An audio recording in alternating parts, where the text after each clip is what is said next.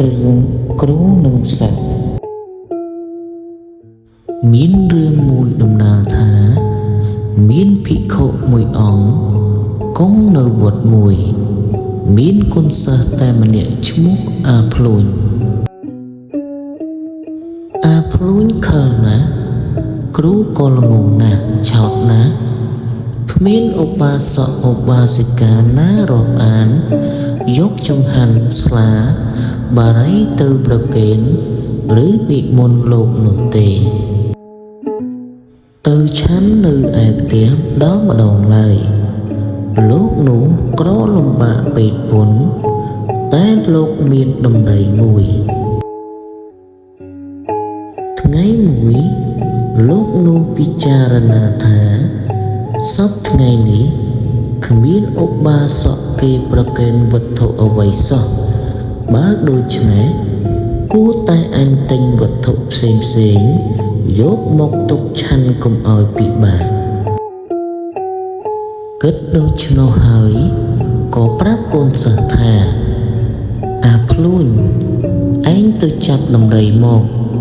ហើយឯងទៅផ្សារនឹងអញរកទិញវត្ថុផ្សេងមកទុកឆាន់កូនសិស្សទៅចាប់ដំរីបានមកគ្រូនិងកូនសិស្សក៏ឡើងជិះដំរីបរទៅផ្សារលុះទៅដល់គ្រូប្រាប់កូនសិស្សថាឯងទិញវត្ថុអ្វីដែលគេទុកស៊ីបានយូរមិនខូចអាភ្លួញជាកូនសិស្សក៏ទិញអំបិលមួយការុងច្រកការុងស្រេចគ្រូឃើញសួរថាហេតុម្ដេចក៏ទិញតែអំបិលមិនទិញត្រីឆ្អើរត្រីងៀតផងកូនសិស្សទួថាអំបិលទុកបានយូរមិនចេះខូចបានជាខ្ញុំបករណាទិញគ្រូឆោតល្ងងណាស់ក៏ស្ងៀមគ្រូឡើងបរដំរីវិញសិស្សរែកអំបិលពីក្រោយដល់ពាក់កណ្ដាលផ្លូវគ្រូមើលទៅសិស្សឮសូរដងរែកដូចជាស្រួលក៏សួរថាអាចភ្លួញអញមើលទៅឯងរែកអំបិលដូចជាស្រួលឬយ៉ាងណាសិស្សទូលថាខ្ញុំប្រកាសរណាស្រួលណាស់ហើយស្រាលផងលោកគ្រូប្រាប់សិស្សថាឯងជិះដំរីវិញចុះអញរែកអំបិលដើរក្រោយលោកគ្រូថាហើយចុះពីលើដំរីមកសិស្សក៏ឡើងជិះដំរីទៅលោកគ្រូប្រាប់ថាឯងបរដំរីទៅចាំអញនៅម្លប់ឈើឯមុខសិស្សបរដើរទៅដល់ម្លប់ឈើក៏មិនឈប់ចាំគ្រូបររហូតទៅដល់វត្តលោកគ្រូរែកអំបិលដើរតាមក្រោយដោយអំបិលនោះធ្ងន់ណាស់លោកគ្រូរែកឈប់រកមើលទៅសិស្សមិនឃើញក៏គិតថាចាំក្រោយសឹមនាំសិស្សមកយកហើយយកអំបិលទៅលាក់ក្នុងព្រៃមុននឹងលាក់លោកគិតថាទីនេះប្រសិនបើជាមានគេដើរមកចំឃើញគេនឹងយកអំបិលនេះអស់មិនខានគួរតែរកទីណាដែលកំបាំងភ្នែកអ្នកទាំងពួងគឺមានតែទឹកទើបគេមិនឃើញហើយក៏យកអំបិលទាំងពីរការុងទៅលាក់ក្នុងទឹកហើយដើរទៅលុះដល់វត្តសួរសិស្សថាហេតុម្ដេចក៏ឯងមិនចាំអញសិស្សទូលថាខ្ញុំប្រកាសរណាបរដំរីមកប្រុងចាំលោកគ្រូដែរតែដំរីមិនព្រមឈប់ចាំសោះអង្វរដូចម្ដេចក៏វាមិនព្រមវាប្រឹងតែដើរដល់វត្តទើបឈប់សិស្សសួរគ្រូថាលោកគ្រូទុកអំបិលឯណាលោកគ្រូប្រាប់ថាអញលាក់ទុកនៅទីឯនោះអញចាំដើមឈូកដោតជាសម្គាល់លុះព្រឹកឡើងលោកក៏នាំកូនសិស្សទៅយកអំបិលវិញលុះដល់ប្រាប់សិស្សថាអញលាក់ក្នុងទឹកត្រពាំងនេះសិស្សលន់មាត់ថាម៉ែអើយវារលាយអស់ទៅហើយ អាខ្លួនជាសិស្សក៏ទៅយកអំបិលចាប់លើការរុងទាំងពីរឡើងគ្មានឃើញអំបិលសល់សោះព្រោះវារលាយអស់ហើយឯចំណងដែលចងមាត់ការុងក៏ឃើញដាច់អស់ប្រទះឃើញឯត្រីកញ្ចុះមួយនៅក្នុងការុងនោះសាទូលលោកគ្រូថាមានត្រីកញ្ចុះមួយនៅក្នុងការុងវាស៊ីអំបិលអស់ទៅហើយយកត្រីនិងការុងមកប្រគេនគ្រូមើលលោកគ្រូឃើញត្រីខឹងណាស់ក៏ទះកំភ្លៀងត្រីមុតដៃនឹងធ្មង់ត្រីជាប់ពឹសត្រីចាប់ពើតឈឺខ្លាំងពេកលោកគ្រូថាឯងចាប់ដកធ្មង់ត្រីចេញឲ្យឆាប់ត្បិតអញឈឺណាស់សិស្សក៏ចាប់ដកចេញស្ទើរតែមិនរួចលុះដករួចឈាមហូរខ្លាំងពឹសត្រីក៏រត់តែបណ្ដាលឲ្យលោកគ្រូឈឺខ្លាំងឡើង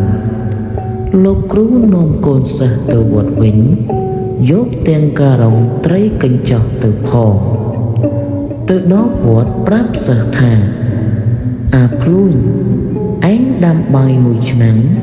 អាំងត្រីកញ្ចុះនេះឲ្យឆ្អិនជីឆាប់អញនឹងឆាន់លុះពឹសអន់ចាប់ពើតលោកគ្រូក៏សងំសឹងលក់ទៅឯអាភ្លួញក៏ដាំបាយអាំងត្រីឆ្អិនហើយបរិភោគអស់ទើបតែបាយមួយពងនូតនឹងឆ្អឹងត្រីមួយចានគ្របតែវាគ្រប់មិនឲ្យចិត្តលោកគ្រូភ្ញាក់ឡើងប្រាប់សិស្សថាឯងយកបាយនិងត្រីមកឆាន់អាឆ្លួញក៏ធ្វើកិរិយាដូចជាចូលទៅយកបាយប្រគេនចេញមកវិញទូលថាបាយនិងត្រីរុយស៊ីទៅអស់ហើយនៅសល់តែពំនូតនិងឆ្អឹងត្រីលោកគ្រូជឿឥតសង្ស័យដោយឆោតងងក៏ហុចរំពាត់ផ្ដៅមួយមកសិស្សហើយថាឯងវារុយនោះកុំឲ្យវានៅលើកុដិអាភ្លួនជាសិស្សក៏វារុយមិនឈប់គ្រានោះមានរុយមួយទុំចុងច្រមុះគ្រូប្រាប់ថារុយវាទុំច្រមុះអញ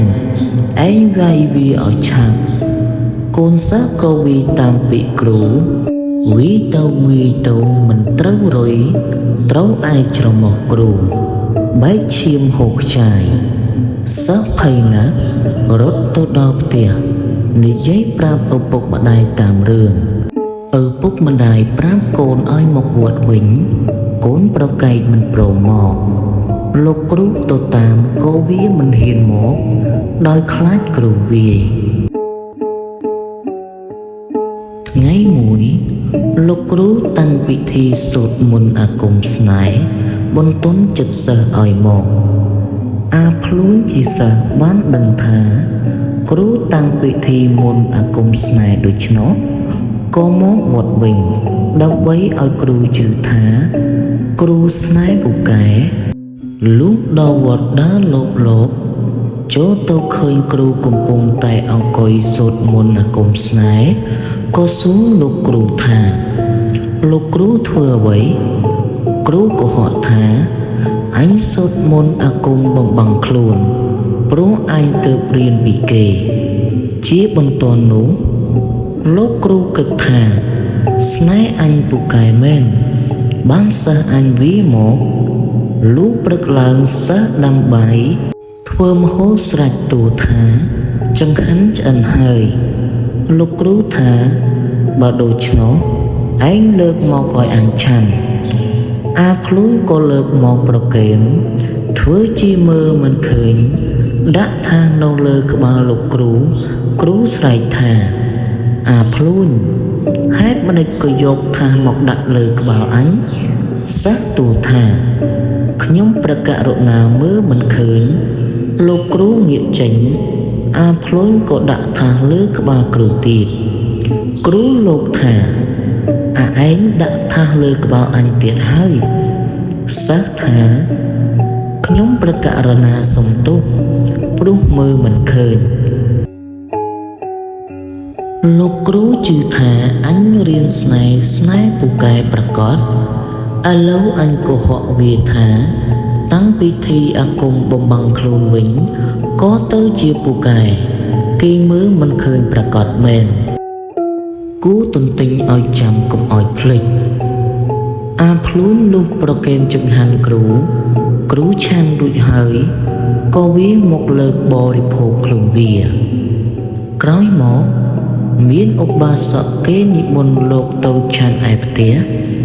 អាភ្លួនទូថាបើលោកគ្រូនិមន្តទៅឆានឯផ្ទះគេសូមកុំស្លៀកស្បង់ព្រោះនាំតែចាស់ស្បង់ខូចឥតអំពើខ្លុំតែជីវរបានហើយគេមើលមិនឃើញទេត្បិតលោកគ្រូចេះមុនអាគមបំបាំងខ្លួនពូកែណាស់អ្នកណានឹងមើលឃើញគ្រូជឿក៏ធ្វើតាមពាក្យសិស្សលុះព្រឹកឡើងលោកគ្រូប្រាប់សិស្សថាឯងតាមអញទៅឆានឯផ្ទះឧបាសករួចលោកឃ្លុំតែជីវរមិនស្លៀកស្បង់ដោយគិតថាឃ្លុំតែជីវរបានហើយព្រោះមុនអាគមអញពូកែណាស់នរណានឹងមើលគេខ្មាស់ឃើញ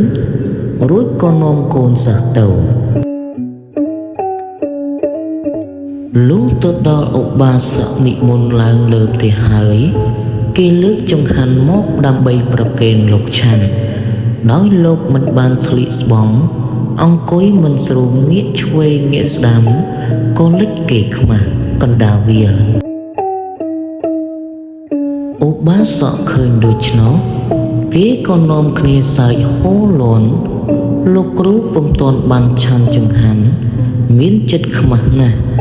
ក៏ចុះពីផ្ទះត្រឡប់មកវត្តវិញជេរបន្ទោសសិស្សថា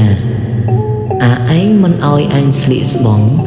ឥឡូវឯងខ្មាស់គេណាស់អាភ្លួនទូថាលោកគ្រូកុំខ្មាស់នឹងខ្ញុំបករណារឿងនេះប្រហែលខុសទំនមទេឬលោកគ្រូសួរថាឯងឃើញអញធ្វើខុសទំនមដូចម្ដេចអាភ្លួនសួរថាកាលលោកគ្រូនិមន្តទៅឆាន់ឯផ្ទះឧបាសកនិមន្តទៅផ្លូវខាងណាលោកគ្រូប្រាប់ថាកាលអញទៅអញចេញផ្លូវខាងកើតសិស្សថាអូច្បាស់ជាលោកគ្រូខុសដំណងហើយថ្ងៃមុនលោកគ្រូប្រាប់ខ្ញុំព្រះករុណាថាបើរៀនអាគមទាំងពួងត្រូវតមស៊ីផ្លែស្ពឺសំបីមួយក្រោមដើមស្ពឺក៏មិនបានវាសាបអាគមឥឡូវលោកគ្រូមួយក្រោមដើមស្ពឺបានជាខោបត្រណមសាបអាគមអស់ហេតុនេះបានជាឃើញគេខ្មាស់លោកគ្រូបានស្ដាប់ដូច្នោះក៏ថាអូអាភ្លួនអញភ្លេចតោមបានជាយ៉ាងនឹងឯងថានោះពិតប្រកបហើយលោកគ្រូនោះដោយឆោតងងក៏ជឿជាឥតសង្ស័យតាំងពីពេលនោះមកអាភ្លួនជាសិស្សនោះនៅបម្រើដោយសុខសប្បាយតទៅរឿងគ្រូនិងសិស្សក៏ចប់ត្រឹមនេះ